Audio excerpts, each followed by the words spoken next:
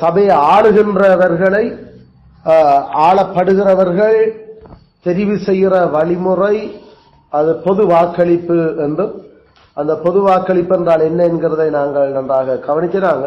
பிற்பாடு பொது வாக்களிப்பினூடாக தெரிவு செய்தவர்களை அந்த திருச்சபையில் ஏற்கனவே மூப்பர்கள் இருந்தால் அவர்கள் உபவாசம் செய்து தமது கரங்களை தெரிவு செய்யப்பட்டவர்கள் மேல் வைக்க வேண்டும் என்றும் நாங்கள் படித்தோம். அதுல கரங்களை வைத்தல் என்றால் என்ன என்கிற அடுத்த ஒரு முக்கியமான பிரமாணத்தை நாங்கள் சென்ற வாரம் சிந்தித்திருந்தோம். அதில் இந்த ரெண்டும் அந்த விடயத்தில் எங்களுக்கு அவசியப்பட்டது.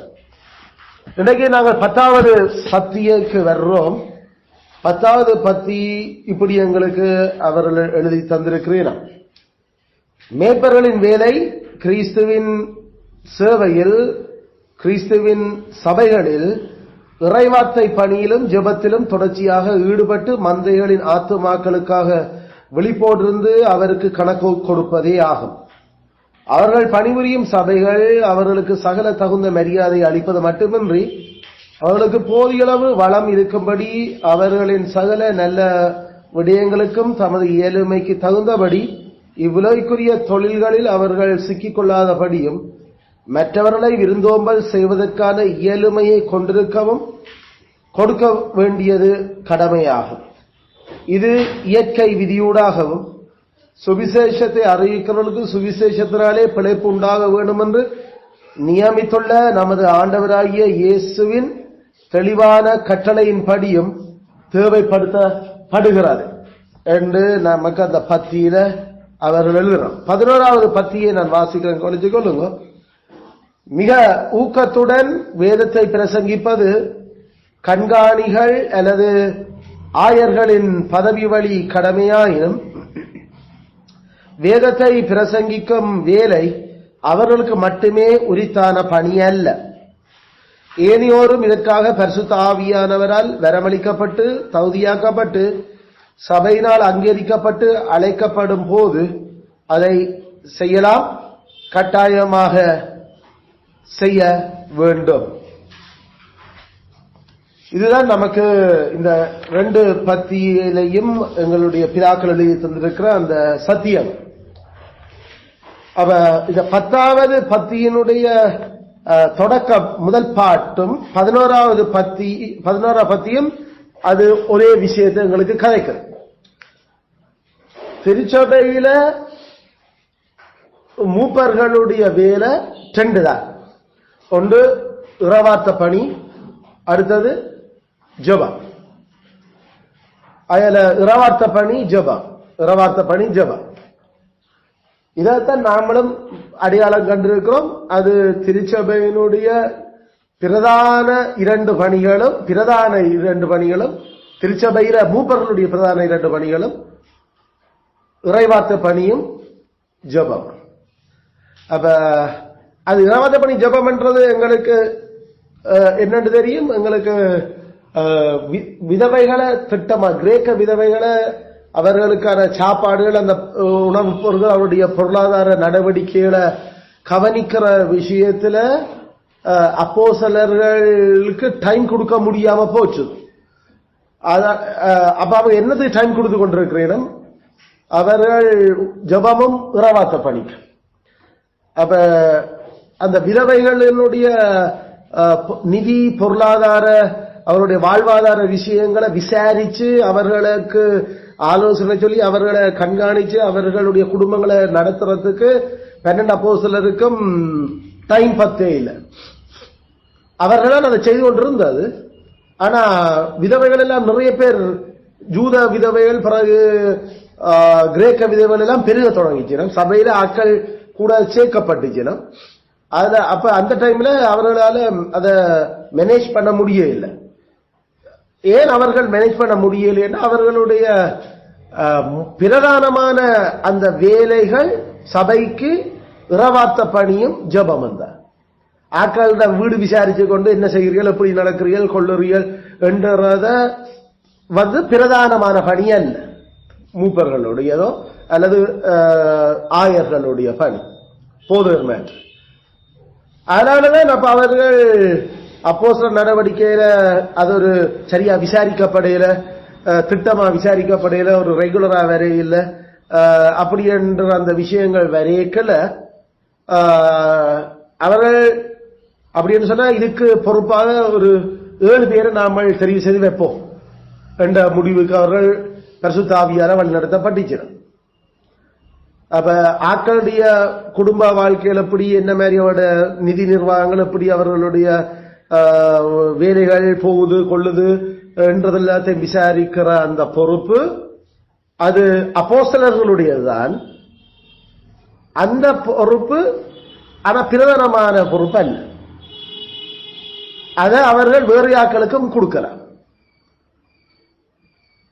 எப்ப அவர்கள் அதை கொடுத்துச்சிரோம் என்று சொன்ன சபையில 3000 குடும்பங்கள் எல்லாம் பெற தொடங்கிக்கல. அப்ப ஜோசிவர்கள் 3000 பேர் ரட்சிக்கப்பட்ட 3000 குடும்பம் வந்த அப்புறம் அவர்கள் இதுகள்ல கவனம் செலுத்துறத குறைய தொடங்கினர். அதனால அந்த மேனேஜ் பண்ணக்கூடிய விதத்துல இருக்கிற அளவு வரைக்கும் அவர்கள் அதை கொண்டுதான் இருந்தவர்.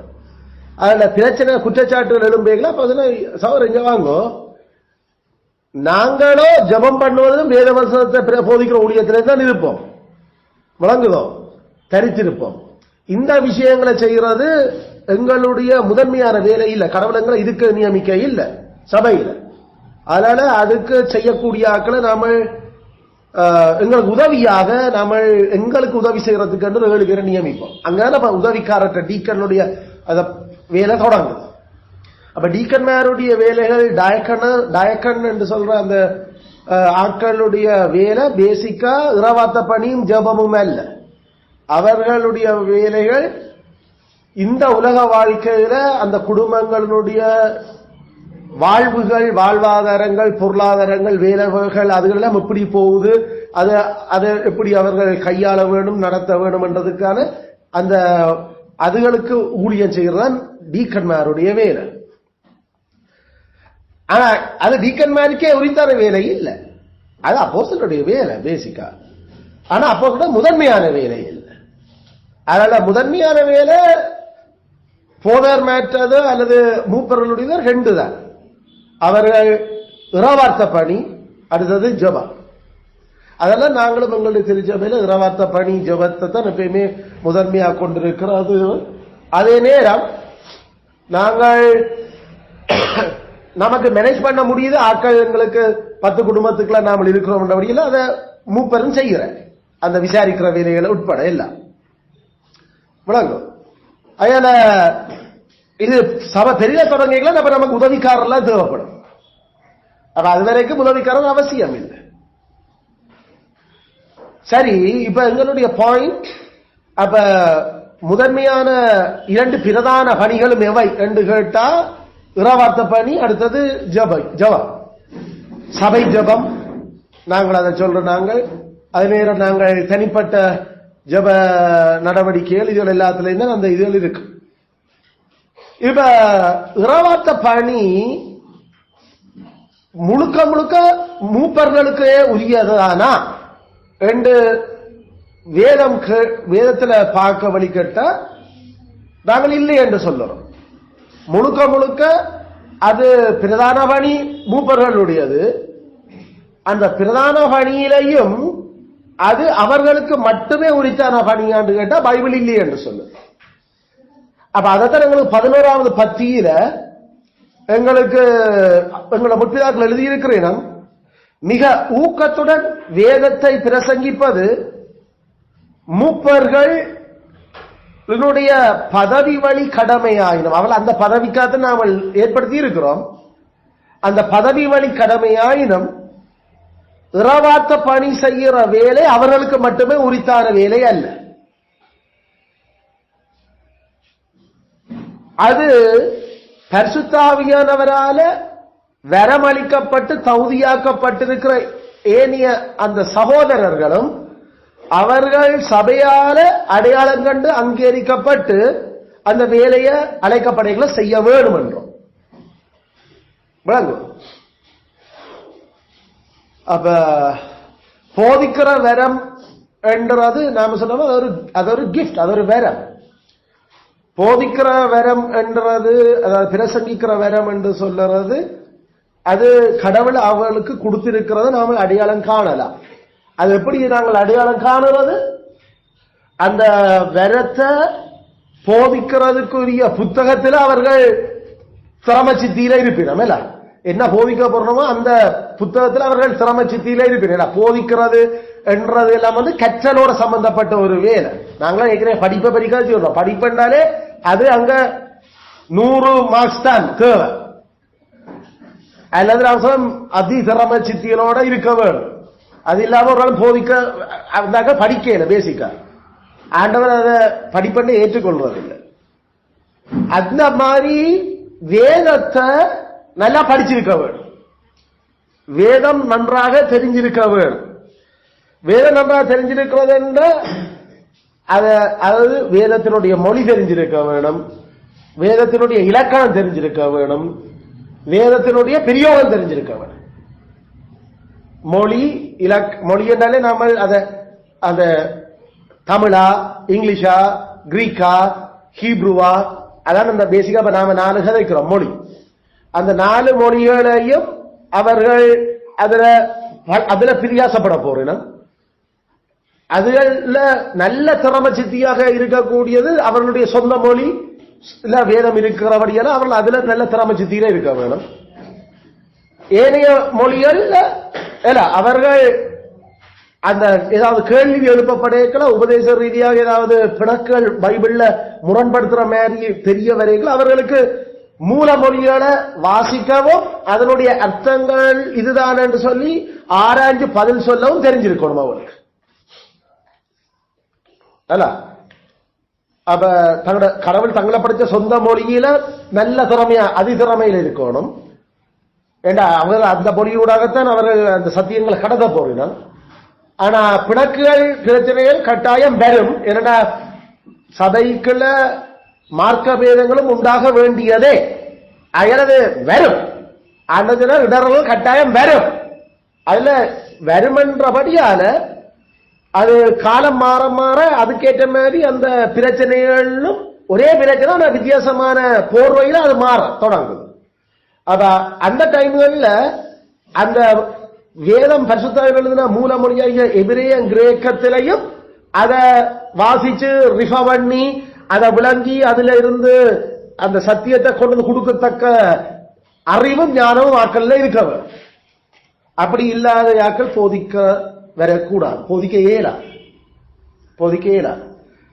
ஆனா இப்ப போத வரமாளுக்கு இருக்குது என்றதை நமக்கு என்னென்ன அடையாளம் காண்றது? நமக்கு எல்லாம் கிரீக் ஹீப்ரு எல்லாம் தெரிஞ்சா அப்புறம் நம்ம அடையாளம் காண்றதா? இல்ல அவர்களுக்கு நம்ம படிப்பிக்கிறோமே பாடங்கள் ஸ்கூல்ல இப்ப போய் படிக்கிறாங்க. இப்ப படிக்கலையே அந்த மொழிகள் நாம 3 மொழி படிக்கிறோம். ஒன்று தமிழ், அடுத்தது ஆங்கிலம், அடுத்தது சிங்களம் படிக்கிறோம். இப்ப இந்த 3 மொழிகளிலையும் அவர்களுடைய சித்திகள் எப்படி இருக்குன்றது எங்களுக்கு தெரியும். அந்த ஆளுக்கு மொழிகளை படிக்கிறதுக்கான வரம் கொடுபட்டிருக்குதா இல்லையா? அப்ப அதுல 100 மார்க்ஸ் 90 மார்க்ஸுக்கு மேல நிக்கிற ஆட்களை தான் நாம வடிகட்டி அப்ப அடையாளம் காணப்போம். இவங்களை போதிக்கத்தக்க ஆட்களாக நாம ஏற்படுத்துறதுக்கு ஒரு குவாலிபிகேஷன் சரியா இருக்கு. ஏன்னா போத வரத்துக்கு தேவை மொழி சரியா. அப்ப English grammar, Tamil grammar, Sinhala grammar, English poem, literature, elocution, reading, writing, இப்படி ஒவ்வொரு அந்த 3 மொழி நம்ம தமிழ் மொழி, பிறகு ஏனைய ஆங்கில மொழி, பிறகு சிங்களம் நாம கதைக்கலாம். இதான் ஓரர் நமக்கு. அப்ப இதுகள்ல 3லையும் அப்ப சிங்களமும் நமக்கு அவசியம் கட்டாயம். ஏனண்டா அது நாம இலங்கையில் இருக்கிறபடியால வேண்டதில்லை. இன்னும் ஒரு அந்நியமான ஒரு மொழிய குறிப்பிட்ட காலத்துக்குள்ள படிப்பிக்கல எவ்வளவு மார்க்ஸ் அதுல எடுக்கிறீங்க வச்சுக்கொண்டு நம்ம கிரீக் படிக்க வலிக்கிறேன் எப்படி அது பிடிச்சு கொள்வாங்கன்னு தெரியுமா உங்களுக்கு? இங்கிலீஷ் ஆப்கோர்ஸ் நமக்கு இப்ப நம்ம காலத்துல சின்னல இருந்து A4 ஆப்பிள் B4 போல்லாம் சொல்லி கொடுத்து கொண்டிருக்கிறோம் நாம வளர்ந்த காலத்துல இருந்து. அப்ப எங்களுக்கு சின்னல இருந்தே இப்ப 40-50 வருஷத்துக்கு முன்னுக்கு இருந்தே அல்லது நாம வெள்ளக்காரருடைய ஆட்சிக்குள்ள இருந்தபடியால ஒரு காலத்துல இங்கிலீஷ்லே தான் நம்மளுடைய மூதாதை தமிழாக்களும் படிச்சு வழியில வந்தாங்க. அது ஒரு விதத்துல பரிச்சயமான மொழியா போச்சுது நமக்கு. ஆனா சிங்களம் அப்படி நமக்கு இருக்க இல்லை. அதே போலதான் இப்ப நமக்கு கிரீக்கும் ஹீப்ருவும் அப்படித்தான் நமக்கு பரிச்சயம் இல்லாத மொழிகள். அப்ப இந்த பரிச்சயம் இல்லாத மொழிகளை எந்த அளவுக்கு குயிக்கா பிள்ளைகள் பிடிச்சு அதுல வைக்கிற பேப்பர்ல நல்ல மார்க்ஸ் எடுக்கிறத பார்த்து அதுல நமக்கு தெரியும் இவர்களுக்கு போதகர்களாக வரக்கூடிய அந்த மொழி வெண்மை இருக்குதான். மொழி டவுன் அண்டா போதக ஊழியத்தை பற்றி யோசிக்க கூடாது. ஏன்னா பைபிள் அது மொழியோட சம்பந்தப்பட்ட ஒரு படிப்பு. இரண்டாவது, எங்களுக்கு தெரியும் அவர்களுக்கு போதகர்களுக்கு அவர்களுடைய வாக்கு வெண்மை அது தேவைப்படுகிறது. வாக்கு வெண்மை. அப்ப அந்த வாக்கு வெண்மை என்று நாம கலைக்கிற விஷயம் அவர்களுக்கு ஒரு ஒரு டாபிக்க கொடுத்தா அந்த தலைப்பில அவர்கள் ப்ரிப்பேர் பண்ணி பேசுறதுக்கு அவர்களுக்கு தெரிஞ்சிருக்க வேண்டும். அதான் நமக்கு அந்த தமிழ் பேச்சு, ஆங்கில பேச்சு அதுகளுக்கு நாங்கள் அதுகளை கவனிக்கிறோம். பிள்ளைகள்ல தமிழ் பேச்சு, இங்கிலீஷ் போயம் அல்லது ரெசிடேஷன் என்று நாம சொல்றது. அப்ப அது பிள்ளைகளுக்கு வாக்கு வெண்மை எப்படி இருக்கின்றதை அடையாளம் காணுற முக்கியமான வேறத்துக்குரிய ஒரு வழி. அப்ப பிள்ளை தமிழ் பேச்சுகள் ஒன்றும் அவன் அதுகள்ல ஈவன் நமக்கு கிரேட் 5 வரைக்கும் அதை கட்டாயமா எல்லாருக்குமே படிப்பிக்கிறேன். அப்ப அதுல தெரியும், அதுல 100 மார்க்ஸ் 95 மார்க்ஸ் 90 மார்க்ஸ் பிள்ளைகளுக்கு இருக்குதுண்டா அவளுக்கு அந்த வரம் அப்ப கூட அங்க இருக்கிறதுக்கு தெரியுது நமக்கு. அப்ப நாமளும் எவ்வளவு பிரியாசப்படணும் பிள்ளைக்கு அந்த வரம் இருக்குதா இல்லையான்னு பாக்குறதுக்கு நாமளும் பெற்றாலும் சரியா நம்ம சின்னல இருந்தே தொடங்கிட்டோம் நாங்களும் அதுகளை. அப்ப அதுகளையும் நாம கவனித்தது அந்த பிள்ளைக்கு ஒரு டாபிக்க கொடுத்தா அதை மனப்பாடம் பண்ணி அதை எக்ஸ்பிரஸ் பண்ற அதனுடைய முகபாவம், அதனுடைய உடல் பாங்கு, அந்த தொனி ஏற்ற இறக்கம், அழுத்தம் கொடுக்கிற இடம், நிப்பாட்டி யோசிக்க வச்சு போட்டு அதை தொடர்ற முறை, இப்படி பல விஷயங்கள் நாங்கள் அந்த அதுக்குள்ள பார்க்கிறோம். அந்த பேச்சுக்களை ஏன்னா அது பிரசங்க போதகருக்கு கட்டாயம் தேவையான விஷயம். அதனால முதல் 5 grade 1 grade 2 grade 3 grade 4 grade 5 வரைக்கும் இதுகள்ல டொப்பா நல்லா வெற பிள்ளைகளை நாம அந்த அலஞ்ச கனிகள் அவர்களை அவர்களுடைய கனிகளினால் அறிவீர்கள். பிள்ளைகளையும் அவருடைய கனியால் தான் அறிகிறோம். அது என்ன கனி? மார்க்ஸ் எத்தனை கொண்டு வருது பிள்ளை கனி என்ன? அதுல போதகரா மினிஸ்டரா இறைவாத்த பணியோட போதக மூப்பனா யோசிக்கிற அது விருப்பமான ஆட்கள். எனக்கு அது இப்படி யோசனையில பிள்ளைக்கு அப்படி இல்லை என்றாலும் நமக்கு தேவை அந்த வரம் இருக்கிறான்றது நாம பார்த்துருவோம். அது இப்போதைக்கு உடனே அவசியப்படாட்டியும் அவரோட 20-25 வயசுக்கு அப்புறம் அது தேவைப்படும் நமக்கு. அப்ப பிள்ளையினுடைய விடயம் அது செம்மையோ இல்லையோ என்று அதனுடைய அந்த சிறு குழந்தை பருவத்திலேயே நமக்கு அடையாளம் காண்றோம். நீதிமொழி அது நம்ம தமிழாக்கள் பிள்ளையுடைய அந்த விளையாட்டுல அது அதனுடைய என்னன்னு சொல்லினோம் மண் விளையாட்டுல அந்த மண் விளையாட்டுல அவர்கள் கட்டுற அந்த மண்ணுகளால செய்கிற விஷயங்களை அவர்களுடைய அந்த திறமைகளால நாம அடையாளம் காண்றோம். அப்ப அது ஒரு பழமொழி இருக்குது அவனுக்கு அந்த சின்ன. அப்ப அந்த அவர்களுடைய அந்த திறமைகள் அதுகளுக்கு வெளிப்படுது. அப்ப நமக்கு ஒரு 10 வயசுக்குள்ள அவட திறமைகள் என்னன்றது ஒரு அளவுக்கு செட்டப் அவட திறமைகள் நமக்கு தெரியும். டக்கன் நாம சட்டியாக பிள்ளைய வளர்க்க தொடங்கினோம். அதை டெவலப் பண்ண போறோம் அடுத்தது. அப்ப அந்த பேச்சு வேணுமா? அப்ப அதான் சொல்ற அந்த ஏர்லி ஸ்டேஜ், அந்த தொடக்க காலங்கள்ல பிள்ளையினுடைய வரங்கள் அடையாளம் காண்றது முக்கியமான வயசு. அதுல போட்டோ விட்டு போட்டு புறவை படிப்பாருண்டா அப்புறம் என்னன்னு வரது அடையாளம் காண்றது அதெல்லாம் பிழைக்கு. சோ அதனால நான் உங்கள் 3 வயசுல இருந்து அதை தொடங்குறோம். சரியா கவனி கவனி கவனி. அப்ப போதகர்களுக்கு அவர்களுக்கு இந்த பேச்சு அப்ப வாக்கு என்றது அதை நாம அடையாளம் காண்றோம். அப்ப இப்ப அதுவும் நாம ஆங்கிலத்திலையும் பார்க்கிறோம். நமக்கு அவங்க ஆங்கிலத்திலையும் வைப்பினோம், தமிழ்லையும் இங்க வைக்கிறேன். இது சில வழியில நமக்கு இன்டர்நேஷனல் ஸ்கூல்கள்ல வேற வேற மொழிகளும் அவங்க படிப்பிக்கிறபடியா அதுகளையும் தெரிய மக்களுடைய திறங்கள் எப்படி போகுது. ஏன்னா நமக்கு பேசிக்கா 4 மொழி கட்டாயம் நமக்கு போதகர பொறையாளுக்கு தமிழ் ஆட்களுக்கு தெரிய வரும். ஒன்று தமிழ், அடுத்தது இங்கிலீஷ், அடுத்தது கிரீக், அடுத்தது ஹீப்ரு. தமிழாக்களுக்குள்ள ஊழியம் செய்யணும், தமிழோட சம்பந்தப்பட்டதுக்கும் கட்டாயம் இந்த 4 மொழியும் அவசியம். அப்ப இதுல நாம பேச்சு அட்லீஸ்ட் தமிழிலாவது திறமான பேச்சாளரா நமக்கு வரணும். அப்ப பிள்ளை பேச்சுல ஃபர்ஸ்ட், பேச்சுல தேர்ட், பேச்சுல செகண்ட், பேச்சுல ஃபர்ஸ்ட், பேச்சுல செகண்ட், பேச்சுல தேர்ட்.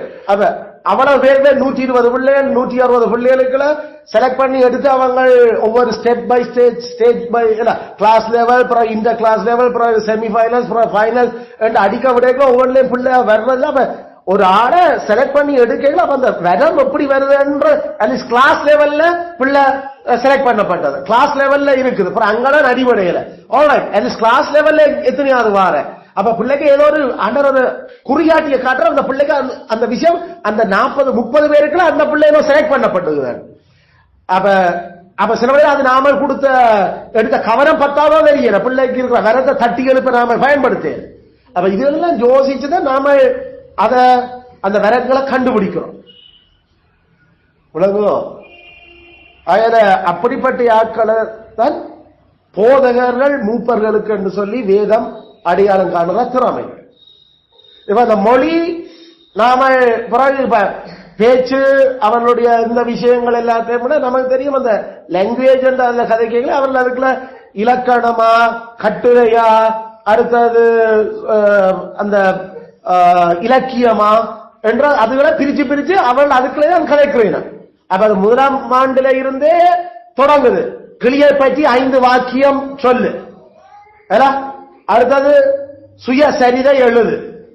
அப்ப சொல்லு எழுது, அப்ப அதை எக்ஸ்பிளைன் பண்ண, அதை விவரிக்க. அப்ப கிளி பச்சை நிறம், கிளி கீக்கி என்று கத்தும், கிளியினுடைய சொண்டு சிவப்பு நிறம், கிளி கூட்டமாக கிளி கூட்டமாக பறக்க.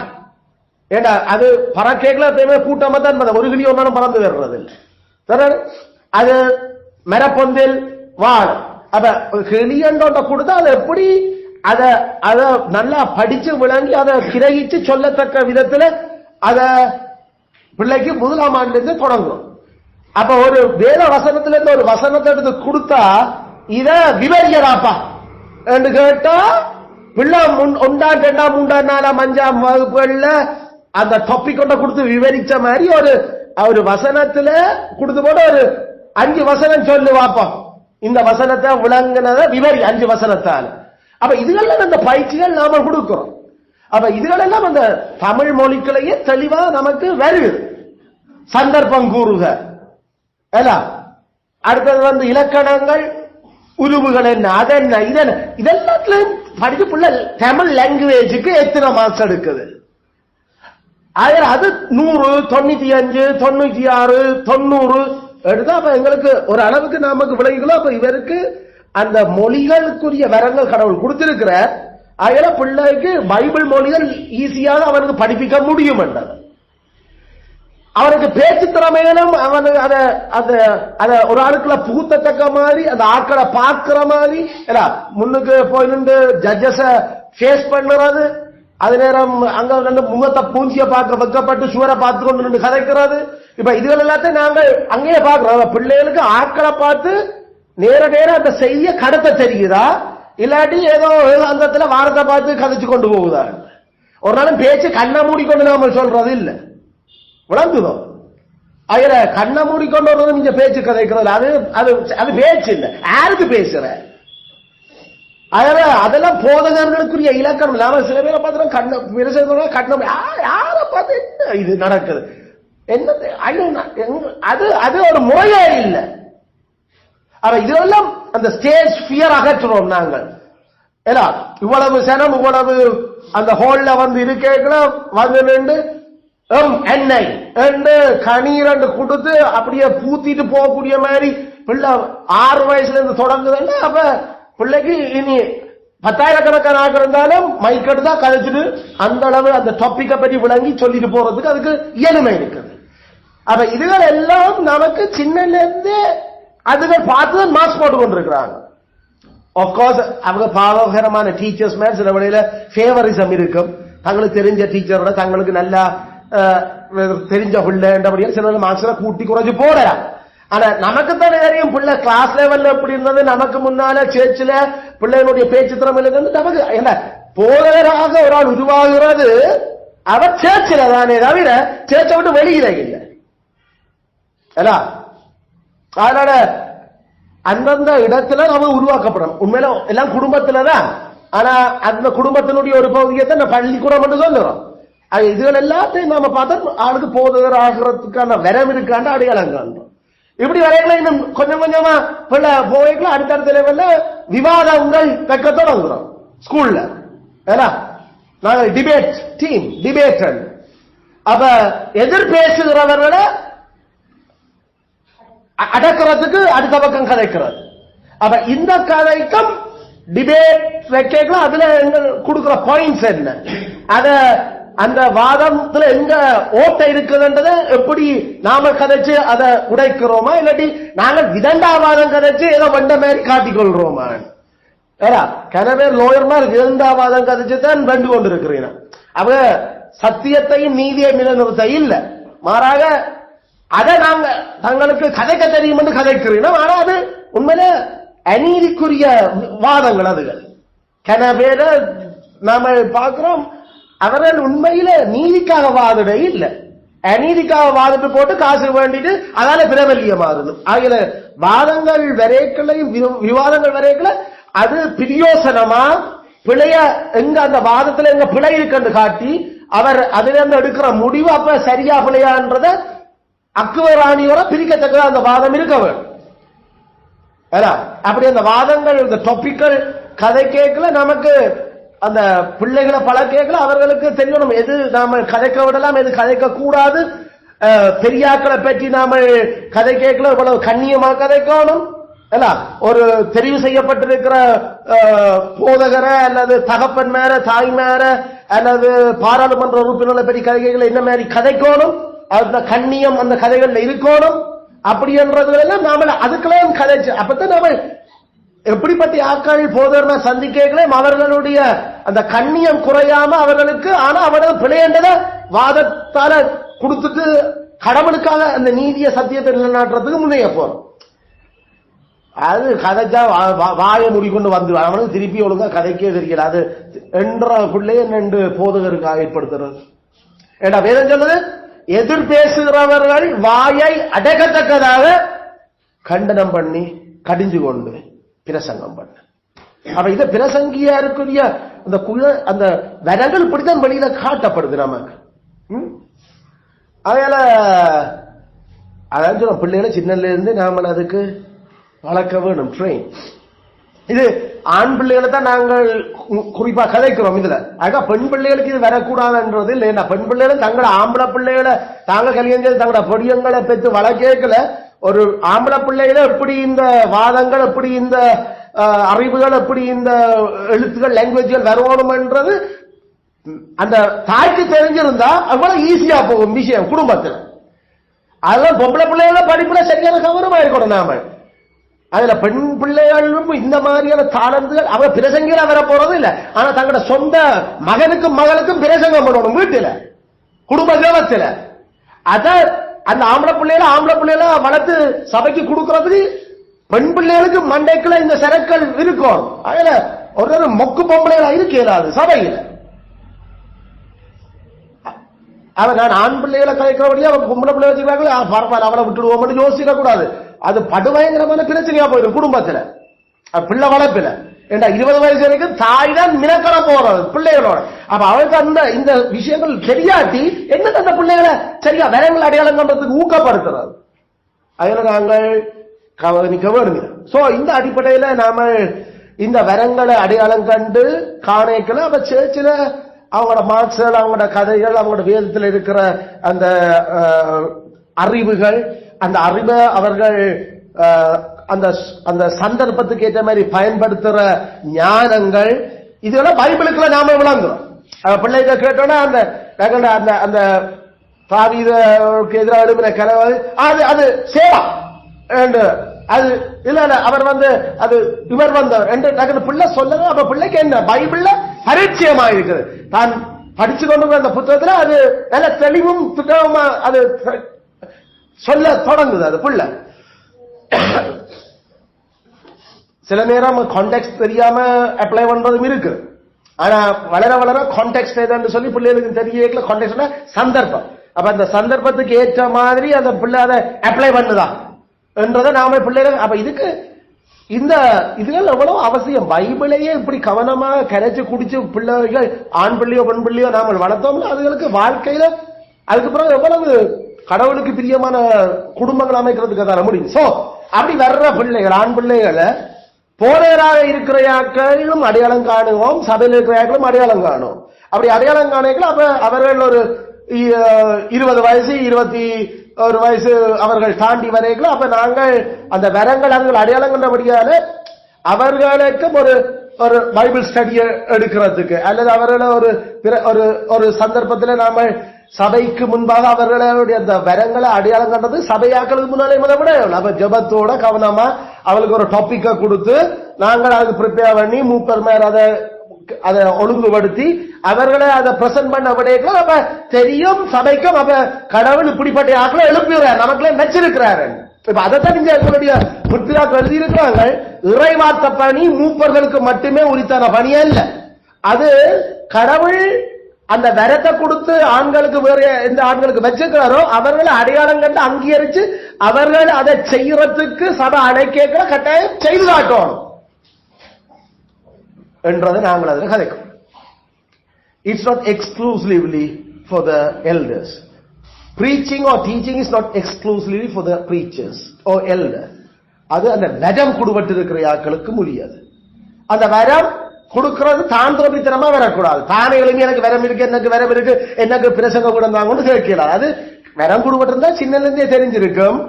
அது வளர வளர சபைக்குள்ள தெரிஞ்சிருக்கும். அதை அடையாளம் கண்டு அப்ப அதுக்கு வரம் இருக்குன்னு பேசுற மட்டும் இல்ல பைபிளும் தெரிஞ்சிருக்கணும். அதுதான் இதெல்லாம். அப்ப ஐயோ உனக்கு தமிழ்ல என்னடா அப்ப மார்க்ஸ் எடுத்தரி தமிழ்ல எனக்கு 94 கடைசியா நீ ஓ லெவல் படிக்கல உனக்கு மார்க்ஸ் எடுத்துற அது எனக்கு 90க்கு மேல எல்லா மார்க்ஸும் ரிப்போர்ட் இருக்கு ப்ரூஃப் இருக்குது. ஓகே அப்ப ஓ லெவலுக்கு எனக்கு அதுக்கு ஏதான் வந்தது சரி ஒரு டாபிக் ஒன்றுல இதுல ஒன்று ஒரு பேஜ் ஒன்று ப்ரிப்பேர் பண்ணி கொண்டு சொல்லுன்னு பார்ப்போம் கேட்டா நமக்கு அப்ப நாம பிள்ளைகள் அடையாளம் காண்றவங்களுக்கும் தெரியும் அப்படி அதை செய்யறது. இதே இதை பைபிள்ல இருக்கிற ஒரு டாபிக்கை கொடுத்து கதைக்க விடுறது. சரி ஓய்வு நாளை பற்றி ஓய்வு நாளில் செய்ய வேண்டியவைகள் அதை பற்றி ஒரு 1 hour கதைக்கணும். நீங்கள் ப்ரிப்பேர் பண்ணி கொண்டு வாங்க எப்படி பார்ப்போம் அதுலயே. சோ அப்ப பிள்ளை ஐயோ என்னது எப்படி என்று யோசிக்கிறது என்ன ஏற்கனவே பழக்கம் அதுக்கு பல விஷயங்களை எழுதி அதுல எங்களுக்கு அதைத்தான் நாங்கள் இந்த விஷயத்தை எங்களை முற்பிதாக்கள் முதலாவது எழுதி வச்சிருக்கிறீங்க. சரி, 2வது விஷயம் இந்த 10வது பத்தியில இருக்கிறது. 10வது பத்தியில 2வது விஷயம் அந்த இந்த போதக மூப்ப வேலைக்கு இப்படி தெரிவு செய்யப்பட்டு வரம் இருக்கிறது பொதுவாக்களிப்பினூடாக அவர்கள் தெரிவு செய்யப்பட்டு பிறகு கை வைத்து அவர்களை பிரித்து அந்த பணிக்கு நியமித்தா அவர்களுக்கு உரிய வாழ்வாதாரமும் அவர்களுக்கு சம்பளத்தையும் பற்றி எங்களுக்கு கதைக்குது இந்த பகுதி. அப்ப 2வது அந்த 10வது பத்தியில 2வது பாட்டில இருந்து பாருங்க. அவர்கள் பணிபுரியும் சபைகள் அவர்களுக்கு சகல தகுந்த மரியாதையை அளிப்பது மட்டுமின்றி அவர்களுக்கு போதிய அளவு வளம் இருக்கும்படி அவர்களின் சகல நல்ல விடயங்களுக்கும் தங்களுடைய இயலமைக்கு தகுந்தபடி இவ் உலகுக்குரிய தொழில்களில அவர்கள் சிக்கிக்கொள்ளாதபடியும் மற்றவர்களை விருந்தோம்பல் செய்வதற்கான இயலுமை கொண்டிருக்கவும் கொடுக்க வேண்டியது கடமையாகும். இது ஒன்று இயற்கை விதியினூடாகவும் 2வது ஆண்டவர் இயேசு கிறிஸ்துவினுடைய கட்டளையின்படியும் இது அவசியமானது. அப்ப அந்த மூப்பர்கள் போதகர்களுக்குரிய வாழ்வாதாரம் அவருடைய பொருளாதார நிதி உழைப்புகளை பற்றி இந்த பகுதியை எங்களுக்கு கதைக்கு 1646 1658 எழுதின சவாய் கன்ஃபெஷன் ஆஃப் ஃபெய்த்தோ அல்லது இதுக்கு முன்னுக்கு எழுதின எந்த ஒரு கன்ஃபெஷன் ஆஃப் ஃபெய்த்லையும் இந்த போதகர்மாருக்குரிய கொடுப்பனவுகளை பற்றி ஒரு கன்ஃபெஷனும் கதைக்க இல்லை. நம்மளுடைய 1989 ஆண்டு கன்ஃபெஷன் ஆஃப் ஃபெய்த் மட்டும்தான் அது கதைக்குது. அப்ப அவர்கள் அதை கன்ஃபெஷனுக்குள்ள கொண்டு வராம வேற விதங்கள்ல அதை பிரசங்கங்கள்ல செய்திருக்கலாம். ஆனா அது கன பேருக்கு வாய்ப்பா போச்சுது. போதகர் மேரண்டா சம்பளம் இல்லாமலும் வேலை செய்யலாம் என்றமா. போதகர் மேருக்கு அவர்களுக்கு கொடுப்பனவர்கள் ஒன்றும் செய்ய தேவையில்லை. அவர்கள் அதை ஒரு கடவுளுக்கு செய்கிற தொண்டை அணைச்சு அவர்கள் தங்களையே தியாகம் பண்ணி தங்களோட குடும்பத்தையும் தியாகம் பண்ணி அவர்கள் கடவுளுக்கு சேவை செய்யணும். பைபிள்ல அந்த சிந்தனையும் இல்ல, எங்களுடைய விசுவாச அறிக்கை அந்த சிந்தனையை உடைச்சது. இது பைபிளால. இது அஞ்ஞான உலகத்தில் அஞ்ஞான சமயங்கள் இருக்கிற ஒரு முறை. சமண முனிவர்கள் தமிழ் ஆட்களை எடுத்துக்கொண்டா சமண சமயத்தவர்கள் அவர்கள் தங்களுடைய உழைப்புக்கு தாங்கள் செய்து கொடுக்கிற படிப்புகள் அதுகளுக்கு நினைக்கிறதுக்கு தாங்கள் ஒரு டைம் காசு வேண்டதில்லை. அது சனமா பார்த்து ஏதாவது கொடுத்தாரோலிய மற்றபடி ஒண்ணும் இல்லை. அல்லது இப்ப பௌத்தர்களை நாம பார்த்தா அவங்களும் கையில் ஒரு கோப்பையோட அவர்களும் திரும்பினோம் யாராவது தான தர்மம் செய்தா அதை வேண்டி சாப்பிடுறதை மற்றபடி அவர்களுக்கு கட்டாயம் சனம் கொடுக்கணும் என்ற ஒரு தேவைப்பாடு இல்லை. அதாவது சொல்லுவீனா அது சனம் அவரோட சேவையை கண்டு சனமா கொடுத்தாலொழிய மற்றபடி அதை நீங்கள் அவர் சேவையா தந்தது செய்யறோம். ஆனா ஆண்டவற்ற வசனம் மட்டும்தான் சொல்லுது, எனக்கு சேவை செய்கிறவன் இந்த உலகத்துல சேவை செய்கிற மற்ற எதுக்கும் சேவை செய்கிறவனை விட அதிகமா பெற்றுக்கொள்ளணும். இந்த உலகத்துல எவனுக்கும் சேவை செய்யலாம், அது சேவை செய்ய வேணும். கிரவே அவங்களுக்கு அந்த ஆட்கள் கொடுக்கிற காசை விட நீ வாழ்வை விட எனக்கு சேவகம் பண்றவனுக்கு அதிக கணம் கொடுக்கப்பட வேண்டும். ஒருவன் எனக்கு ஊழியம் செய்தார், அந்த கணம் பிதாவாலையும் கடவுளாலையும் அவனுக்கு கொடுக்கப்படுது. அப்ப அந்த கணம் கடவுளால எப்படி கொடுக்கப்படுதுன்றதை அவர் கடவுள் எழுதி வச்சிருக்கிறார். உதாரணத்துக்கு ஒரு கல்குலேஷன் நாம போன முறை படிக்கல பார்த்தாம தசம பாகம் என்றது கடவுளினுடைய பங்கு. அந்த பங்கு கடவுள் சாப்பிடுறே இல்லை, அது ஆசாரியர் ஊழியம் செய்யறாக்கெல்லாம் சாப்பிட போறேன். இஸ்ரவேல் புத்திரர்ல வெளிக்கட்டையாக்கள்ல 6,3550 பேர் இருந்தவங்க ஆண்கள், அதுவும் குடும்பங்கள், குடும்ப தலைவர்கள். அந்த அவர்கள் அவ்வளவு பேரும் அவர்கள் போய் உதாரணத்துக்கு அவர்கள் போய் கானான்ல குடியேறி இருந்தார். அவர்களுக்கெல்லாம் எல்லாம் பகிர்ந்தடிக்கப்பட்டு அவர்கள் அந்த நில உழைப்புகள் அதுகளால அவர்கள் தசமம் கொண்டு வந்தார். எங்களுக்கு தெரியும் அந்த 40 வருஷத்துக்கு பிறகு மீறக்குறைய 6 லட்சத்தி சொச்சம் தான் திருப்பியும் போய் குடியேறினார் குடும்பங்கள். அப்ப 6 லட்சம் பேர் என்று வையுங்க. 6 லட்சம் குடும்பங்கள், உழைக்கிற குடும்பங்கள், நிலம் எல்லாம் இருக்கு, எல்லாருக்கும் உழைக்கிறீனம். ஆசாரிய பரம்பரை அதுல நமக்கு தெரியும் லேவி கோத்திரத்தை கணக்கிட்டு பார்த்தா 22,000 பேர் நான் இருக்கிறீனம். அதுல ஒரு மாசத்துக்கு மேற்பட்டதுல இருந்து 50 வயசு வரைக்கும் ஆக 22,000 குடும்பம் என்று வச்சுக்கொள்ளணும். சரி, 20,000 குடும்பம் என்றே வைய. 20,000 குடும்பம் 6 லட்சம் குடும்பத்தினுடைய தசம பாகத்தை வாங்க போகுது. காசு அவர்கள் கொண்டு வர இல்லை. ஏண்டா அவர்கள் தங்களுடைய ஆடு மாடுகள், எண்ணெய், ஒலிவம், இது திராட்சரசம், அவருடைய பொருளாதாரம் வாழ் அவர்கள் என்னத்தால வாழ்றீனமோ அதை கொண்டு 10 இங்க கொடுக்க போறீங்க. அப்ப 6 லட்சம் குடும்பத்தாக்கள் உழைக்கிற காசு சொல்லுவோமே ஒரு 10,000 ரூபாய் உண்டு மாசத்துக்கு. அவட கணக்க பார்ப்போம், 10,000 ரூபாய் மாசம் உழைக்கிறேன். நம்ம 1000 ரூபாய் தசமவாகம். அப்ப 6 லட்சம் பெற 1000. சரியோ? அதை பிரிக்க போறோம் 20,000.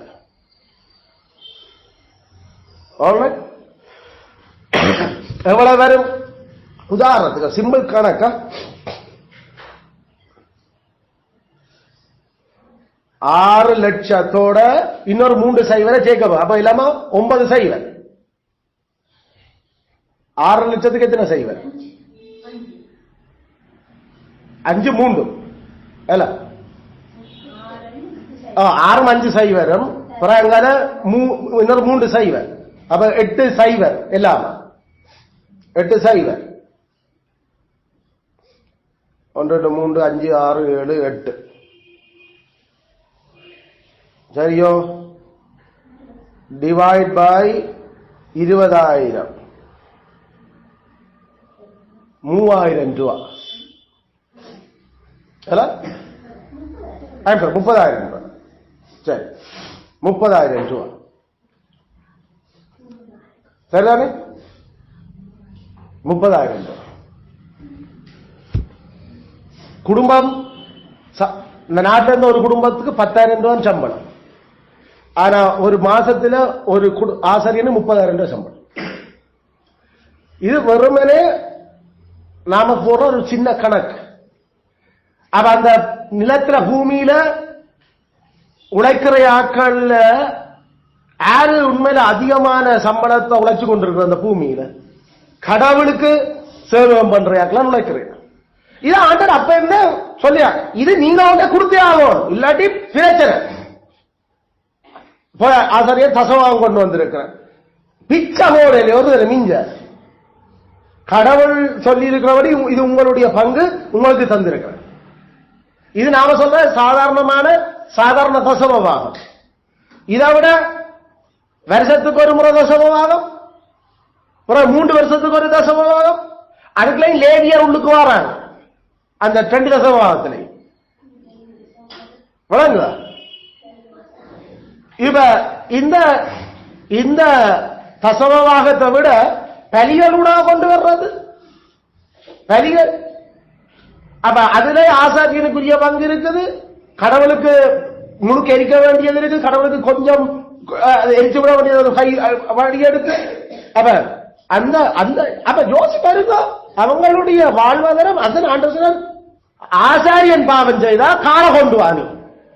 சரிதான், வாஸ்தவம் தானே ஐயா. ஏண்டா இருக்கிறதுல ரிச்சஸ்ட், அவங்களாம் ரிச்சான ஆக்கள் ஆசாரியர்.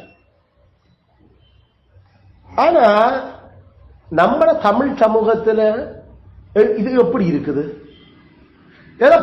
உண்மையில போதகரா அழைக்கப்பட்டையாக்கள் போனையாக்கள், நாம சொன்ன மாதிரி போதக வரங்கள் போதகத்துக்குரிய அந்த தகுதிகள் இல்லாம போனையாக்கள். அதனால கனவே அந்த போதக அந்த தகுதி இல்லாம போனபடியான கடைசியில அவர்கள் சரியான சம்பளம் குறைவாயும் ஃப்ரீயாயும் நாங்கள் தியாகம் பண்ணி செய்கிறோம் செய்ய வந்தது. கடவுள் சொன்ன மாதிரியான தராதரத்தோட ஒரு ஆள் போனா கடவுள் அப்படித்தான் வச்சிருக்கிறார். இது ஏனைய சமயங்கள் அஞ்ஞானிக சமயங்கள் இருக்கிற மாதிரி இல்ல. இந்த ஊழியமும் ஊழியக்காரர். அப்ப இதெல்லாம் விளங்கி இதைத்தான் எங்களுக்கு புதிய உடன்படிக்கை வரையக்களையும் அப்போஸ்தலன் தெளிவா இதுதான் சொல்ல. போர் அடிக்கிற மாட்டா வாய்கட்டாயாக ஏண்டா கடவுள் சொன்னவர். ஏன்னா மாட்டுக்கு கவலையா இருக்கிறார கடவுள். ஜோசி ஒழுங்கா மாட்டுக்காக கவலைப்படல, அவர் நமக்காக கவலைப்படுற. நம் கவலைன்னு சொல்ற அக்கறை. He takes interest in us. பவுலப்போஸ்தலன் டிமாண்ட் பண்ணினான். யோ ஆடு வளர்க்கிற எனக்கு பால் குடிக்க உரிமை இல்லையா? நீங்கள் எல்லாம் வேண்டிய ஆடுகள். எந்த உரிமையை நான் பயன்படுத்தாம விடுறதால நீங்கள் நினைச்சிடக்கூடாது எனக்கு அதுல எந்த சம்பந்தம் இல்லையே. திராட்சை தோட்டம் வச்சு வளர்க்கிற எனக்கு திராட்சை ரசமும் எடுக்கிறதுக்கு எனக்கு உரிமை இல்லையோ? அது எனக்கு முழு உரிமை. ஊழியக்காரன் தானே தன்னுடைய உரிமையை விட்டு கொடுத்ததால மக்களினுடைய நன்மைக்காகவும் அவருடைய வளர்ச்சிக்காகவும் மக்கள் நினைச்சிடக்கூடாது. அப்ப ஆசாரியனுக்கு நாம ஒண்ணு கொடுக்க தேவையில்லையே. இல்ல அது முழு அது மாத வருமானத்துல விட 3 மடங்கு அதிகமா போக வேண்டும் போகுது பொதுவான கட்டமைப்புகள் ஆசாரியனுக்கு எல்லாம் சமனான வருமானம் மட்டும் எடுக்கிறீங்க அது அப்ப இத கதை கேட்கல எங்களுக்கு அப்போஸ்தலன் ஊடாக பரிசுத்தாவியானவர் சொல்லுற விஷயம். இப்ப ஒரு சபையில ஒரு மூப்பன் இருந்தா ஓகே, நீங்க சொல்ற மாதிரி அந்த சபையினுடைய தசவாங்கெல்லாம் போகும். இப்ப 2-3 மூப்பன்மார் வரைக்கல்ல அவர்கள் எல்லாருக்கும் நாங்கள் அப்ப வாழ்வாதாரத்தை கவனிக்க வேணுமா, அவர்களுக்கு சம்பளம் எல்லாருக்கும் நாங்கள் கொடுக்க வேணுமா, அப்படி அப்ப மூப்பர் அப்படி அவசியமா? நம்ம சொல்லிட்டோம் மூப்பருடைய பன்மத்தன்மை அவசியம். ஒரு மூப்பன் இருந்தா இன்னும் ஒரு மூப்பனுக்காக நாம தொடர்ந்து உருவாக்குறதுக்கும் ஜபிச்சு கொண்டும் அதுக்காக பிரியாசப்படணும். ஏண்டா எப்பயுமே 2 அல்லது 3 பேர் இருக்கிறத கூட நல்லது வேதம் சொல்லு. ப்ளூராலிட்டி ஆஃப் எல்டர்ஷிப், மூப்பர்களின் பன்மைத்துவம். அது கனவே இருந்தா இருந்தா ஆலோசனைகள் இருந்தா சுகமாயிருக்கு, சபை நல்லா இருக்கும். அதனால எப்பயுமே ஒரு ஆளை விட 2 பேராவது இருக்கிறதான் வேதம் அங்கிட்ட எதிர்பார்க்கு. ஆனா கத்தரான தாளம் வந்து எழுப்பணும். நாங்க குடிச்சு மண்ணில செய்து வைக்க அதை யாருங்க சரி. அப்படித்தான் நாம ஜபிச்சா ஆண்டர் தந்து எங்களுக்கு மூப்பர்களை தரையக்களை இன்னொரு மூப்பரும் 2வது மூப்பர் நமக்கு இருக்கிறார் என்று சொன்னா, இப்ப 2 பேருக்கும் முழுக்க சம்பளத்தை அவர்களுக்கு நாங்கள் பொறுப்படுத்தி செய்கிறத பற்றி பைபிள் என்ன சொல்லுது, அதை செய்யத்தான் வேணுமா? 2 கேட்கல நமக்கு அப்போஸ்தலனோட ஆண்டவர் சொல்ற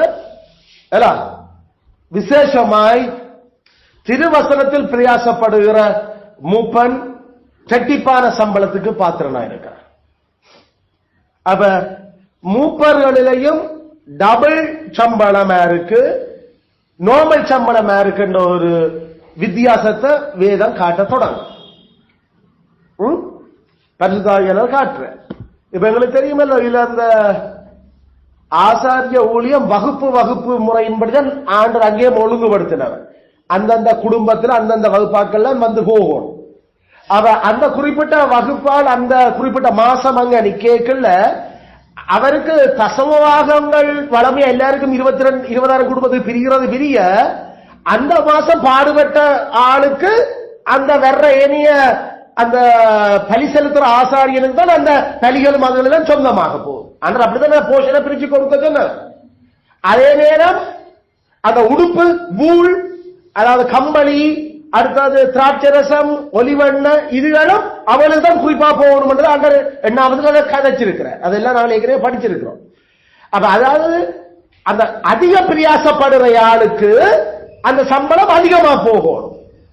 அப்ப இத புதிய உடன்படிக்கைக்குள்ள பவுலப்போஸ்தலன் நேர அந்த அதிகமான பிரியாசம் என்று காட்டவழி கிடைக்க திருவசனத்துல நல்லா பிரியாசப்படுற ஆளுக்கு அவருக்கு இரட்டிப்பான சம்பளம் கொடுக்கும். இதான் அந்த விஷயம். அவ மற்ற ஆளுக்கு இரட்டிப்பான சம்பளம் அவசியம் இல்லை. மற்ற ஆளுக்கு அப்ப எப்படிப்பட்ட சம்பளம் அது அவர்களுடைய பிரியாசத்துக்கு ஏற்றதையும் அவர்கள் இதுல அதிகமாக மினக்கடாம அவர்கள் ஏனைய விடயங்கள்ல இருக்கிறவங்க சில அதை அப்படி கவனிக்கலாம். இது ஒன்று மட்டும் உண்மை, இறவாத்த பணியே முழு வேலையா செய்து கொண்டிருக்கிற ஊழிய மூப்பனுக்கும் இறவாத்த பணிய இடையில ஒரு டேர்ன் எடுத்து செய்கிற ஆளுக்கும் சம்பளம் ஒன்று. அது எங்களுக்கு 1 தீமோத்தேயுல கதைக்க தொடங்குறேன். 1 தீமோத்தேயு 5ஆம் அதிகாரம் 1 தீமோத்தேயு 5:17 வசனம். நன்றாய் விசாரணை செய்கிற மூப்பர்களை, விசேஷமாய் திருவசனத்திலும் உபதேசத்திலும் பிரியாசப்படுறவர்களை இரட்டிப்பான கணத்துக்கு பாத்திரராக எண்ண வேண்டும். கொஞ்சம் பொறுங்க, இந்த கணம் என்று தான் இதுல சொல்லுது, இதுல எங்க சம்பளம் என்று சொல்லுது. நீங்க கணக்கு சம்பளம் ஆக்கிட்டீங்களா அப்படி என்று சில வழியில பைபிள் தெரியாத வைக்கலாம். கொஞ்சம் பொறுங்க. கான்டெக்ஸ்ட் என்ன? அடுத்தது 18வது வசனம். ஏனென்றால் போர் அடிக்கிற மாட்டை வாய்கட்டையாக என்றும் வேலையால் தன் கூலிக்கு பாத்திரனாயிருக்கலாம் என்று வேத வாக்கியம் சொல்லுகிறது. அப்ப இதுல நம்ம தமிழ் பைபிள்ல 18வது வசனத்துல ஏனென்றால் என்ற அந்த சொல்லு விடுபட்டு இருக்கு. அது இங்கிலீஷ்ல ஏன் நான் சொல்றேன்டா கிரீக்லயும் அது இருக்குது. அப்ப அந்த தமிழ் டிரான்ஸ்லேஷன்ல இதுக்கு பதில் கனெக்ஷன் அந்த இல்லாத மாதிரி, ஆனா உண்மையில கனெக்ஷன் தான் அதுல இருக்குது. ஓபனா வழியா விளங்குற சரியா கிராமர் படிச்சதா தெரியும். இது அதுக்குதான் சொல்லப்படுது. அயல கூலி, வேலை செய்கிற மாட்டுக்கு வைக்கோல். அப்ப இதெல்லாம் அவரோட வாழ்வாதாரம், சாப்பாடு, அவரோட வாழ்க்கைக்கான விஷயத்தை கதைக்கிற. அப்ப கணம் என்ற அந்த சொல்லு கூலியையும் வாழ்வாதாரத்தையும் கதைக்கிற ஒரு சொல் இந்த கான்டெக்ஸ்ட்ல. இதே மாதிரி 3ஆம் வசனம் 1 தீமோத்தேயு 5:3 உத்தம விதவைகளாகிய விதவைகளை கணம் பண்ணு. அங்கேயும் கணம் விடு. அங்கேயும் அதே விஷயம் தான். என்ன 4ஆவது வசனம், விதவையானவனுக்கு பிள்ளைகளாவது பேரன் பேத்திகளாவது இருந்தால் இவர்கள் முதலாவது தங்கள் சொந்த குடும்பத்தை தேவபக்தியாக விசாரித்து பெற்றார் செய்த நன்மைகளுக்கு பதில் நன்மைகளை செய்ய கற்றுக்கொள்ள கடவர்கள்.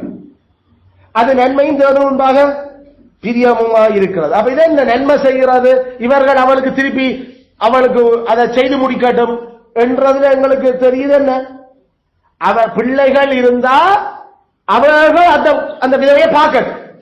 அப்ப கணம் என்று சொல்றது தீமோத்தேயுக்கு உத்தம விதவைகளை கணம் பண்ணு என்று சொல்றதுனால அப்ப என்ன சொல்ல வர, உத்தம விதவைகளுக்கு வாழ்வாதாரத்தை கவனி. அதான் அந்த பாயிண்ட். உத்தம விதவைகளாகிய விதவைகளை நிதி ஆதரவு செய். அதான் அந்த கணம் அடிப்படையில்.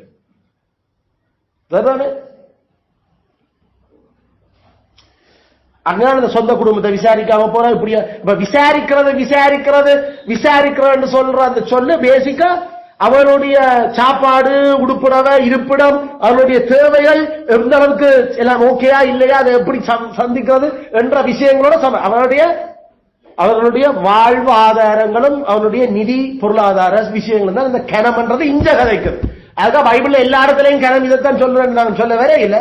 ஆனா கான்டெக்ஸ்ட் வெல் கிளியரா இங்க அதைத்தான் சொல்லு. இதான் கணம். அது என்ன செட்டிப்பான கணம்? அப்ப அது என்ன டபுள் சம்பளம் அல்ல டபுள் வாழ்வாதாரம். அப்ப டபுள் என்ற அந்த சொல்லி எங்களுக்கு பைபிள்ல விழுந்திருக்கிற 2 இடங்களை நாம கவனிச்சோம் என்று சொன்ன ஒன்று வெளிப்படுத்தல் 18 வெளிப்படுத்தல் 18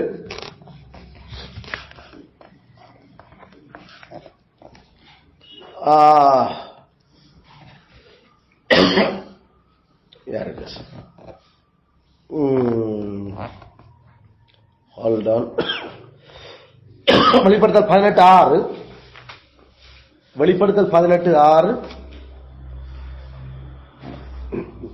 வெளிப்படுத்தல் 18:6 அதை வாசிக்கிறேன், கவனிச்சுக்கணும்.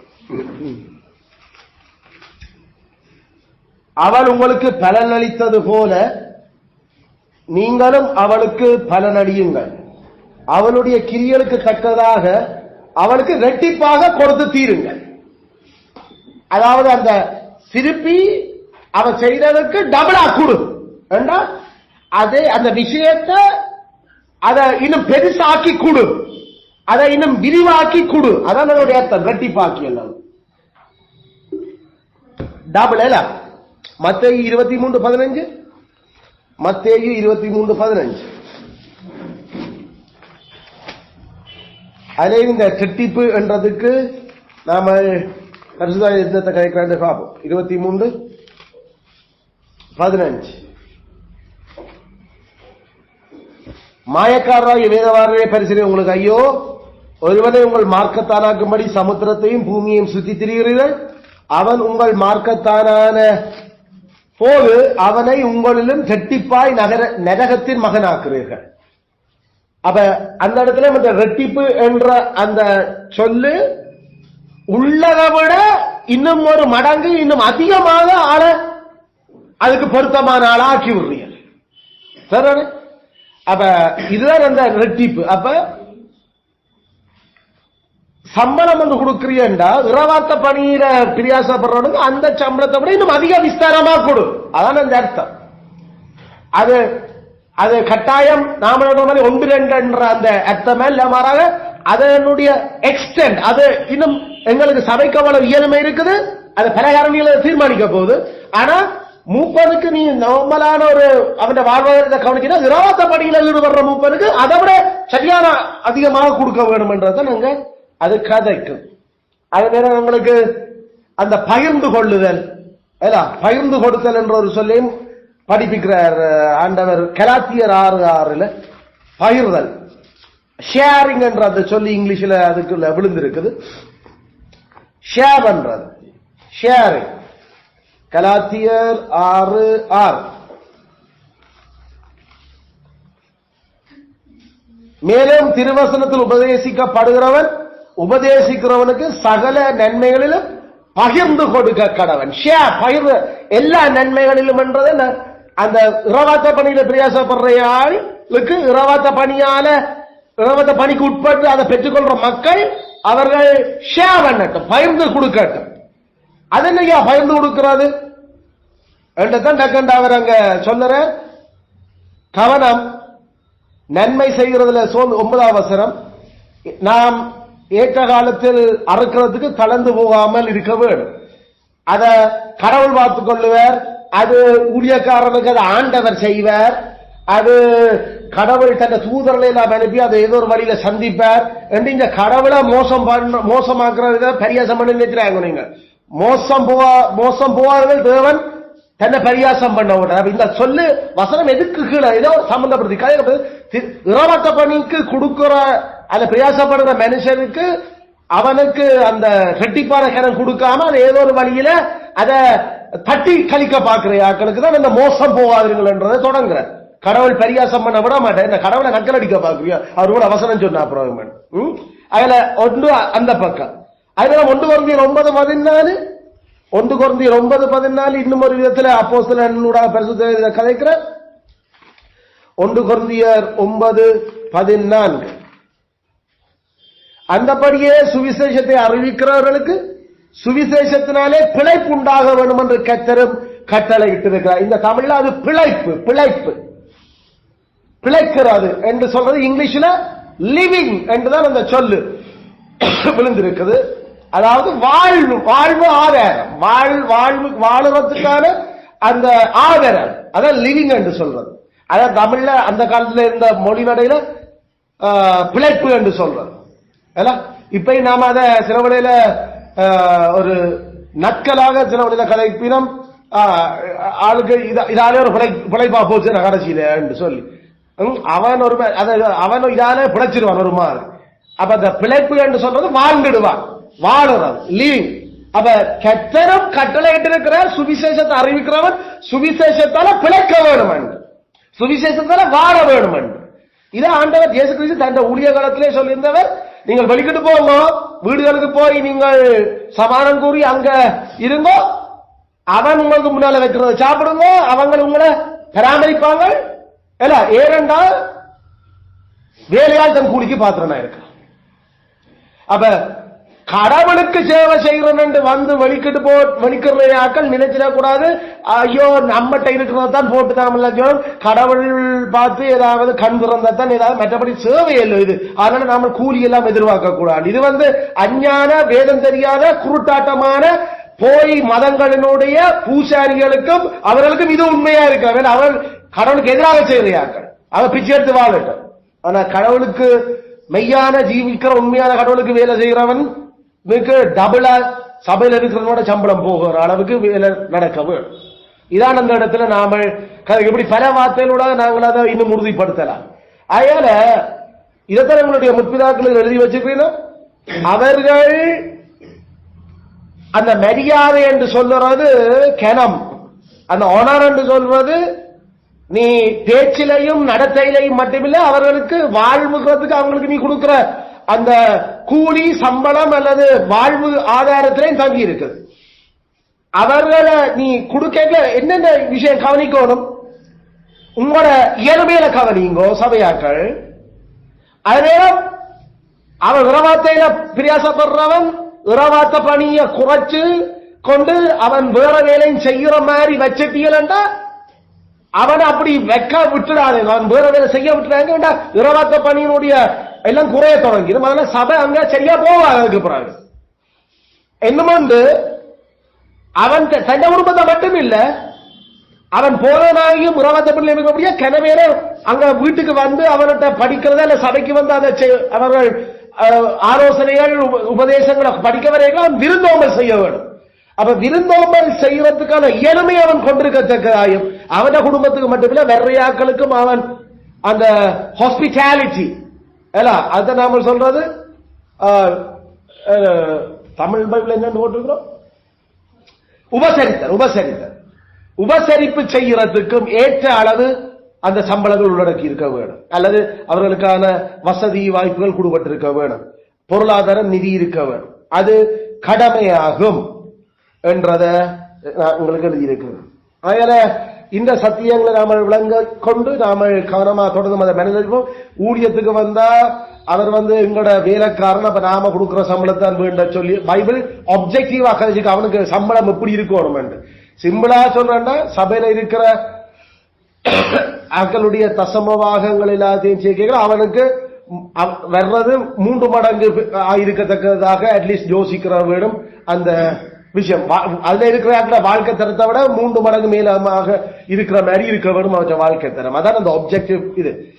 இதைத்தான் கனவேர் இப்படி சம்பளம் கொடுபடுறபடியாலதான் கனவேர் புதிய உடன்படிக்கைகளை இந்த போக ஊழியத்துக்கு வந்தா தங்களுக்கு நல்ல சம்பளம் இருக்குன்னு நினைச்சவங்க. அதனால பவுலப்போது அதையும் கடிந்து கொள்ள வேண்டி இருந்துச்சு. அவர்கள் இழிவான ஆதாயத்துக்காக இந்த போதக தொழில தெரிஞ்செடுக்க யோசிக்கிறாங்க. ஏன்னா சம்பளம் கூட இல்லை இந்த தொழில, இந்த அழைப்புல. அப்ப கனவேர் இது சூப்பர் வருமானம் வர தொழில், அப்ப நாம இங்க வந்துருவோம் என்று அதனால பவுலப்போது அதை பேச வழிகிட்டாரு. 1 தீமோத்தேயு 6:5 அத சாலிட் கெயின் என்று அவர் சொல்ற. SORID solid gain, solid gain, SORDID, I'm sorry, solid, solid, SORDID, solid, அதாவது இழிவான வருமானம். அது பெருஞ்சம்பளம் தான், ஆனா இழிவான ஆதாயத்துக்காக அவர் வேற பார்க்க. அப்ப ஏன்னா சம்பளம் அவ்வளவு கூட.